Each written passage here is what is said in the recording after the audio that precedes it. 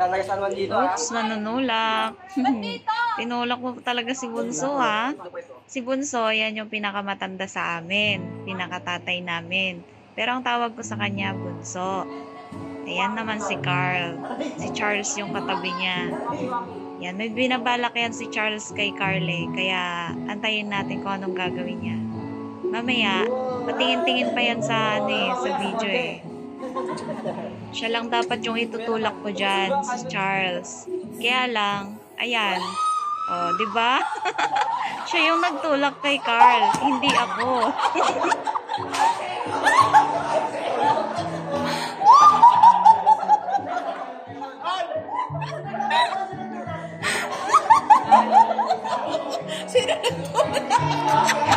Si Charles ang nagtulak.